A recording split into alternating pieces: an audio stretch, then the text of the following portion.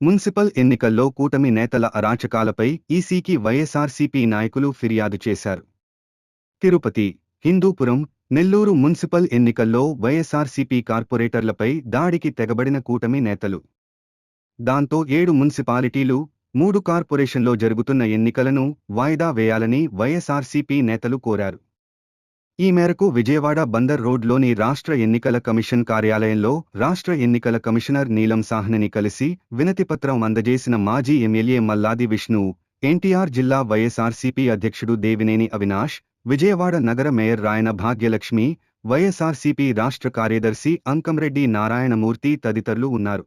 ఆధ్వర్యంలో ఒక గూండాల్లాగా, రౌడీల్లాగా వైఎస్ఆర్ కాంగ్రెస్ పార్టీకి సంబంధించిన మా కార్పొరేటర్లని, మా కౌన్సిలర్ని అందరం గారా ఈరోజు బంధించి వాళ్ళందరూ ఈరోజు డెమోక్రటిక్ పద్ధతిలో ఓటేస్తానికి వెళ్తుంటే బస్సులు అద్దాలు పగలగొట్టి మహిళా కార్పొరేటర్లని గారు చూడకుండా వాళ్ళ మీద దాడి చేశారు. ఈరోజు కూటమి ప్రభుత్వం సిగ్గులేని నాయకులు.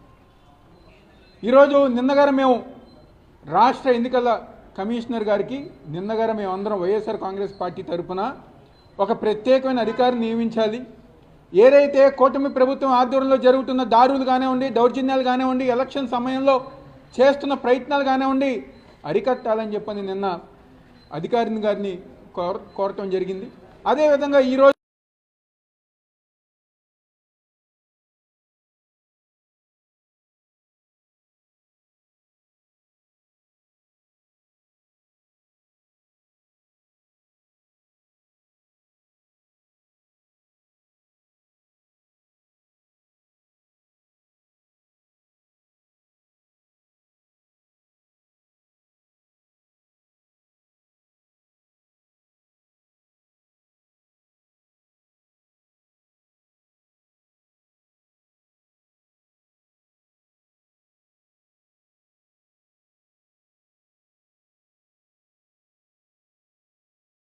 ఆధ్వర్యంలో వాళ్ళ నాయకుల ఆధ్వర్యంలో ఒక గూండాల్లాగా, రౌడీల్లాగా వైఎస్ఆర్ కాంగ్రెస్ పార్టీకి సంబంధించిన మా కార్పొరేటర్లని, మా కౌన్సిలర్ని అందరం గారా ఈరోజు బంధించి వాళ్ళందరూ ఈరోజు డెమోక్రటిక్ పద్ధతిలో ఓటేస్తానికి వెళ్తుంటే బస్సులు అద్దాలు పగలగొట్టి మహిళా కార్పొరేటర్లని గారు చూడకుండా వాళ్ళ మీద దాడి చేశారు. ఈరోజు కూటమి ప్రభుత్వం సిగ్గులేని నాయకులు.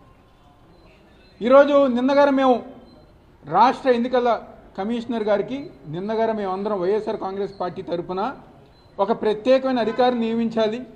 ఏదైతే కూటమి ప్రభుత్వం ఆధ్వర్యంలో జరుగుతున్న దాడులు కానివ్వండి, దౌర్జన్యాలు కానివ్వండి, ఎలక్షన్ సమయంలో చేస్తున్న ప్రయత్నాలు కానివ్వండి అరికట్టాలని చెప్పని నిన్న అధికారిని గారిని కోరటం జరిగింది.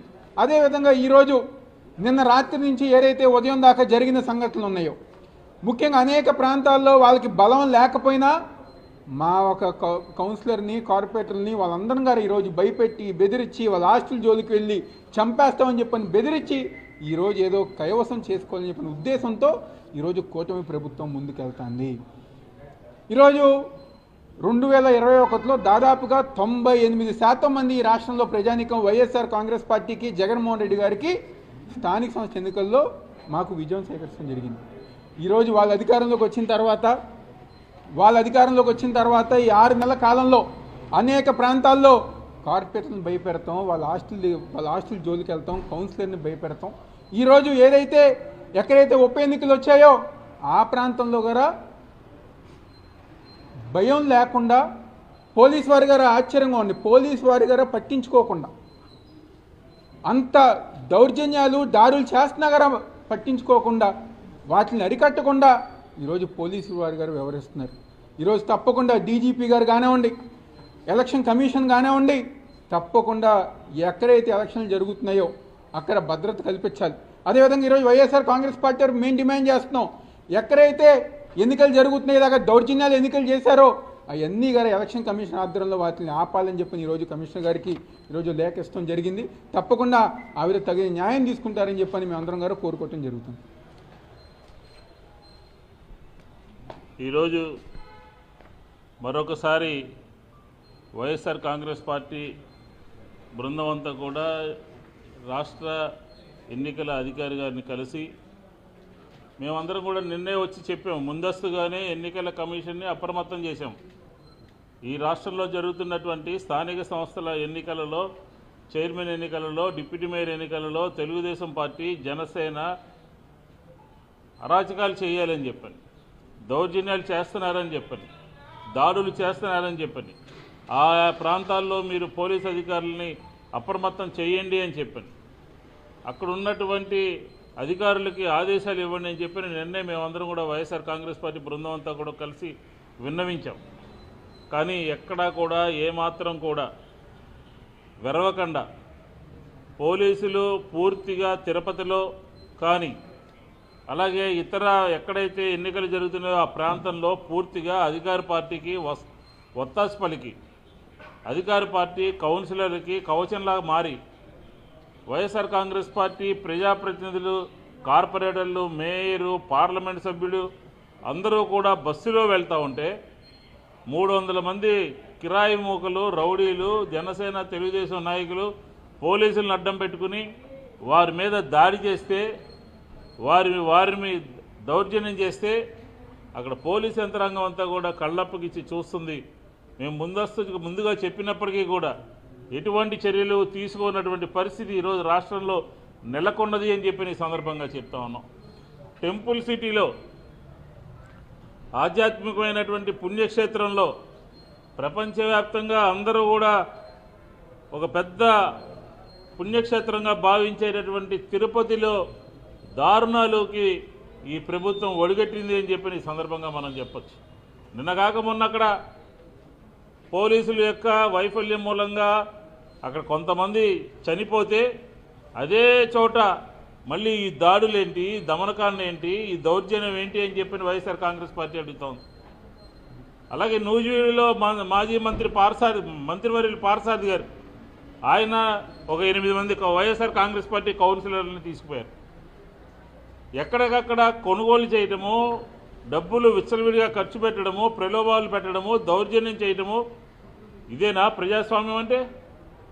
ఇదేనా కూటమి యొక్క ప్రజాస్వామ్యంలో మేము ఉన్నామని చెప్పుకోవడానికి కూటమి ప్రభుత్వం శరాఘాతంగా మారిపోయింది అని చెప్పిన కూడా ఈ సందర్భంగా చెప్పచ్చు. భయం ఎందుకు మీకు? ఎవరైనా శాసనసభ ఎన్నికల్లో అబ్సల్యూట్ మెజార్టీగా ఉండి రేపు చిన్న ఎన్నికలకి ఇంత పెద్ద ఎత్తున భయపడుతున్నారనంటే మీకు రాష్ట్రంలో జగన్మోహన్ రెడ్డి గారి చూసి ఏ క్షణమైనా సరే మీకు ఆయన అంటే భయం పుట్టుకుని జగన్మోహన్ రెడ్డి గారు ఎప్పుడైనా సరే మనకి ప్రమాదం అని చెప్పి భావించి ఇలాంటి దౌర్జన్యాలకు దిగుతున్నారు. మీకు కాన్ఫిడెన్స్ లేదు, మీ ప్రభుత్వానికి స్థిరత్వం లేదు. మీ ప్రభుత్వం జగన్మోహన్ రెడ్డి గారిని చూసి ఎన్నికలైనా మరుసటి రోజు నుంచే భయపడతా ఉన్నది అని చెప్పడానికి నిదర్శనం ఏంటంటే ఇలాంటి దౌర్జన్యాలు. ఇదేనా మీ ప్రజలందరూ కూడా మిమ్మల్ని ఎందుకుంది? ఇదే కాదు, తెలుగుదేశం పార్టీ ఎప్పుడు అధికారంలో ఉన్నా ఇలాంటి కార్యక్రమాలే చేస్తూ ఉంది. 14 నుంచి 19 వరకు సాగినాయి. మళ్ళీ ఇప్పుడు దౌర్జన్యాలు, దమనకాండలు తెలుగుదేశం చరిత్రలోనే ఇవన్నీ కూడా ఉన్నాయి. ఈరోజు మేమందరం కూడా వైఎస్ఆర్ కాంగ్రెస్ పార్టీ బృందం అంతా కూడా ఎన్నికల అధికారి గారిని కలిసాం. నిన్న చెప్పినప్పటికీ మీరు సరైన చర్యలు తీసుకున్నట్టుగా ఉన్నాయి. డీజీపీ గారిని ఆదేశించండి, ఏ ప్రాంతాల్లో అక్కడ ఎన్నికలు జరుగుతున్నాయో ఆ ప్రాంతాల్లో ఉన్నటువంటి అధికారులకు, కలెక్టర్లకి, అక్కడ ఉన్నటువంటి రిటర్నింగ్ ఆఫీసర్లకి మీరు నిష్పక్షపాతంగా వ్యవహరించాలి అని చెప్పి ముందు చెప్పాం, ఈరోజు కూడా చెప్పాం. అయినా కూడా రాష్ట్ర ఎన్నికల కమిషను సరి విధంగా స్పందించలేదు. మరొకసారి మనం ఎన్నికల కమిషన్ కూడా విజ్ఞప్తి చేస్తూ ఉన్నాం, ఎక్కడా కూడా ఇలాంటి కార్యక్రమాలు చేయడానికి ఆస్కారం లేకుండా ఉండాల్సినటువంటి పరిస్థితి అధికార యంత్రాంగం మీద ఉంది. మరీ ముఖ్యంగా పోలీసు యంత్రాంగం మీద ఉంది. పోలీసులకి ముందుగా చెప్పినప్పటికీ కూడా రాళ్ళేస్తే 300 మంది దాడి చేస్తే ఎన్నికల్లో హక్కు ఉన్నటువంటి వాళ్ళు కార్పొరేషన్కి వెళ్ళడానికి గేట్ల దగ్గర ఆపేసి పోలీసులు ఎవరికైతే ఓటు హక్కు ఉందో, ఎవరైతే కౌన్సిలర్లో, ఎవరైతే కార్పొరేటర్లో వాళ్ళను కూడా వెళ్ళనీయకుండా చేసినటువంటి పరిస్థితి మనం చూస్తా ఉన్నాం. కాబట్టి ఆంధ్రప్రదేశ్లో వ్యవస్థలన్నీ కూడా నిశ్చేష్టంగా మారిపోయినాయి. పోలీస్ వ్యవస్థ, రెవెన్యూ వ్యవస్థ, అలాగే అధికార యంత్రాంగం అంతా కూడా అధికార పార్టీకి ఒత్తాసుగా పలుకుతోంది. ఈరోజు ఆంధ్రప్రదేశ్లో జరిగినటువంటి స్థానిక సంస్థల ఎన్నికల్లో జరిగినటువంటి దౌర్జన్యాల్ని ఖచ్చితంగా వైఎస్ఆర్ కాంగ్రెస్ పార్టీ ప్రజల దృష్టికి తీసుకెళ్తాం. మరొకసారి రేపు తిరుపతి ఎన్నిక వాయిదా పడినట్టుగా ఉంది. నిష్పక్షపాతంగా పోలీస్ బందోబస్తు మధ్య మీరు 144 సెక్షన్ పెట్టినా 30 సెక్షన్ పెట్టినా అది అధికార పార్టీకి ఎటువంటి అడ్డంకులు లేకుండా వ్యవహరిస్తూ ఉంది. కాబట్టి వైఎస్ఆర్ కాంగ్రెస్ పార్టీ మరొకసారి డిమాండ్ చేస్తూ ఉన్నాం, మీరు ఈ విధంగా ఇదే విధంగా కొనసాగితే మీ మీద వైఎస్ఆర్ కాంగ్రెస్ పార్టీ ప్రజల పక్షాన్ని నిలబడి ప్రజలతో ముందుకు తీసుకెళ్లి ప్రజలకు చెప్పే విధంగా కార్యక్రమాన్ని రూపొందించుకుంటాము అని చెప్పని కూడా ఈ సందర్భంగా తెలియజేస్తాం.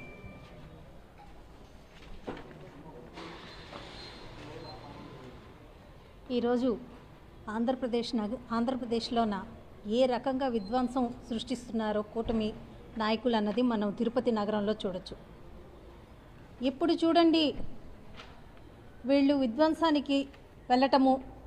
ఈరోజు ఆ తిరుపతి నగరంలోన బస్సులోన ఒక ఎంపీ ఉన్నారు, ఒక ఎమ్మెల్సీ ఉన్నారు, ఒక బీసీ మహిళ మేయర్ కూర్చొని ఉన్నారు. ఫ్రంట్లో కూర్చొని ఉందామా? బస్సుని ఏ రకంగా అద్దాలను పగలగొడుతున్నారు, ఏ రకంగా 7 కార్పొరేటర్లని బస్సులో నుంచి బయటికి లాగి లేడీ కార్పొరేటర్లను కూడా చూడకున్నా, వాళ్ళకి దెబ్బలు తగులుతున్నాయనన్నా చూడకున్నా విధ్వంసం సృష్టించి ఈరోజు 7 మంది కార్పొరేటర్లని ఎత్తుకుపోవడం జరిగింది. వాళ్ళకి కోరం లేకపోయినా కానీ ఎలక్షన్ కావాలి, మాకు ఎలక్షన్ కావాలి అని అంటే ఎలక్షన్ పెట్టి ఈరోజు వైఎస్ఆర్సీపీ పార్టీ మేయర్ గారి, ఎంపీ గారు, ఎమ్మెల్సీ గారు, కార్పొరేటర్లు అందరూ ఈరోజు తిరుపతి కార్పొరేషన్లోకి వెళ్తుంటే అక్కడ ఎస్పీ గారు ఉంటుండగానే ఎస్పీ గారి సమక్షంలోనే ఈరోజు ఇంత విధ్వంసకాండం సృష్టిస్తున్నారు అని అంటే అసలు వెంకటేశ్వర స్వామి చూస్తున్నారు, ప్రజలు చూస్తున్నారు. ఏ మాత్రం వాళ్ళకి భయం లేకుండా అసలు యంత్రాంగం, పోలీస్ యంత్రాంగం ఏమవుతుంది? నిన్న ఎలక్షన్ కమిషన్కి మా పెద్దలందరూ, నాయకులందరూ వచ్చి నిన్న మేము చెప్పడం జరిగింది, మా కార్పొరేటర్లకు భద్రత కావాలి అని నిన్న కూడా మేము మీడియా మిత్రులకు కూడా తెలియచేయడం జరిగింది. ఇంత గట్టిగా మేము నిన్నటి నుంచి ఫాలో చేస్తున్నా కానీ నిమ్మక నీరెత్తినట్టు ఈరోజు పోలీస్ యంత్రాంగం కానీ లేకపోతే ఎలక్షన్ కమిషన్ కానీ ఉంది. పూర్తి స్థాయిలో కూటమి నాయకులకి, తెలుగుదేశం పార్టీకి ఒత్తసు పలుకుతున్నారు. ఒత్తసు పలికి ఈరోజు పూర్తిగా ప్రజాస్వామ్యాన్ని కూనీ చేస్తున్నారు. ఈ రకమైన విధ్వంసకాండ ఏనాడు చూడలేదు, ప్రజలు గమనిస్తున్నారు. కొంచెం అయినా వాళ్ళకి ఏమాత్రం సిగ్గు ఉన్నా ఇలాంటి పనులకి మాత్రం వెళ్ళరు. తీసుకెళ్తున్నారు, కౌన్సిలర్లు తీసుకెళ్తున్నారు, ఫామ్ హౌసుల్లో పెడుతున్నారు, ఎన్నో రకాలుగా వాళ్ళని భయభ్రాంతులకు గురి చేస్తున్నారు, అలాగే వాళ్ళని కొనుగోలు చేస్తున్నారు. ఇది ఎంతవరకు న్యాయం అన్నది ప్రజలు గమనిస్తున్నారు. రేపటి రోజున ప్రజలు పూర్తి స్థాయిలో వీళ్ళకి తగిన బుద్ధి అన్నది తెలియచేయాలా, తెలియచేసే విధంగా రేపటి రోజున ఎలాంటి ఎలక్షన్లు వచ్చినా కానీ ఈ కూటమి నాయకులకు తగిన బుద్ధి వచ్చేలాగా ప్రజలు గమనించాలని మేము తెలియజేసుకుంటున్నాం.